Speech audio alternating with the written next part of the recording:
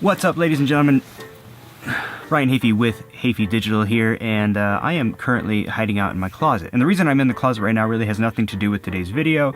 It's just that there's a lot going on in the house right now, and I figured these clothes would help soak up some of that extra background noise. No, instead what I wanted to talk about today is about focal lengths. And I'm going to assume that if you're watching this video, you're probably somewhat interested in photography or video, which means that you probably have at least some knowledge about focal lengths. Obviously, a lens with a shorter focal length, like say 16 or 24 millimeters, is going to have a wider field of view, and a lens with a longer focal length, something around, like 200 millimeters, is going to have a very shallow depth of view. Now that may seem like common knowledge for most of you, but what you may have not seen before is how different focal lengths can affect how subjects look in a photo or in a video. And that is the subject of today's video, and I think I found a cool way to illustrate that, so without further ado, I should probably come out of the closet.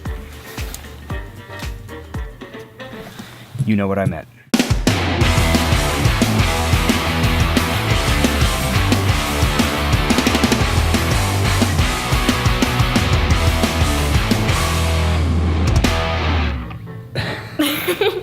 This is my daughter, Aniya. Aniya, say hi. Hi. She's 12 years old, and she has graciously offered to be the test subject for this little experiment, this little focal length experiment we're gonna do here. And really all you gotta do is just like stand right on that piece of tape. So, yeah, right there. Okay, so here's how we're gonna do this little experiment. So I've got my Canon 7D Mark II here. On it currently is a 70 to 200 millimeter lens. Over here, I've got a Sigma 24 to 70 lens and a Tokina 11 to 16 millimeter lens. What I'm going to do is I've picked 8 focal lengths, and those focal lengths are, hold on a second, 16, 24, 35, 50, 85, 100, 150, and 200.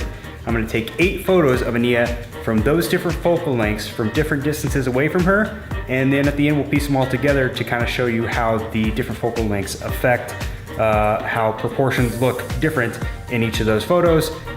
And there's my wife trying to sneak by. Leave me alone! Aniya's down there. Right now I've got the 70 to 200 millimeter lens. And what I've done here is I've got a little piece of tape that's going down here, and I want to mark, stand perfectly still for me, Aniya. I'm going to mark where certain facial features are. Don't move. Oh, you're moving. You're moving. Move back. Moving. Oh wait, maybe that was me. Okay, don't move. There. Boop. There's the eyes, nose, bottom of the chin, top of the head. Okay, so that will allow me to make sure that Aniya is framed the same way in each of the shots. So I'm gonna start at 200 millimeters, and slowly I'll start working my way in until we get up to 16 millimeters. And let's get started.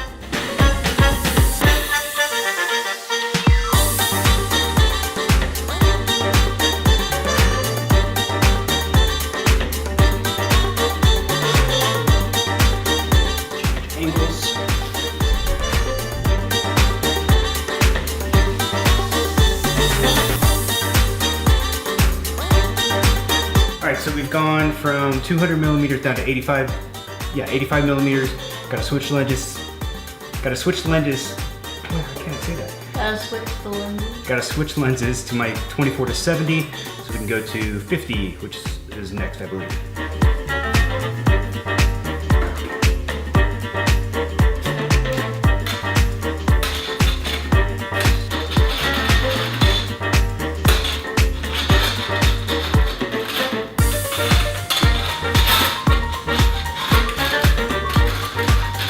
Last lens change, gotta go to the 11 to 16 to get the 16 millimeter shot. I just want you to know that you're doing a great job. My legs hurt. Okay. Last one, this is the 16 millimeter shot.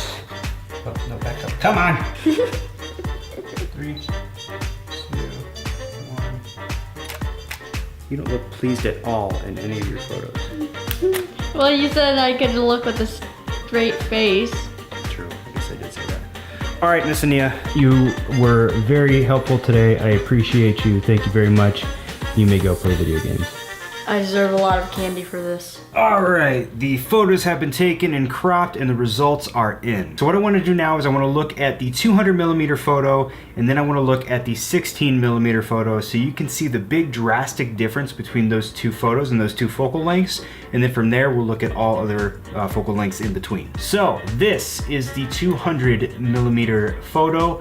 What you notice right off the bat is that there's not a ton of depth in the photo.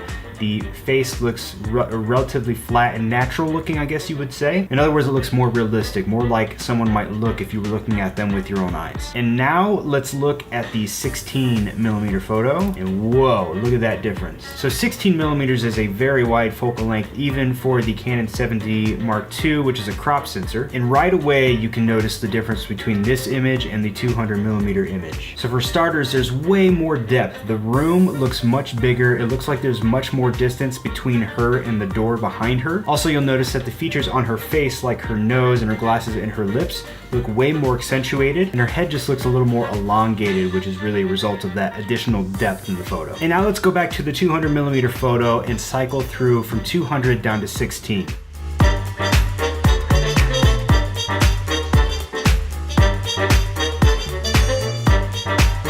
Now I do need to mention that because I was using variable focal length lenses, I did kind of have to eyeball some of the other focal lengths. So for example, the 150mm shot was actually shot at 152mm.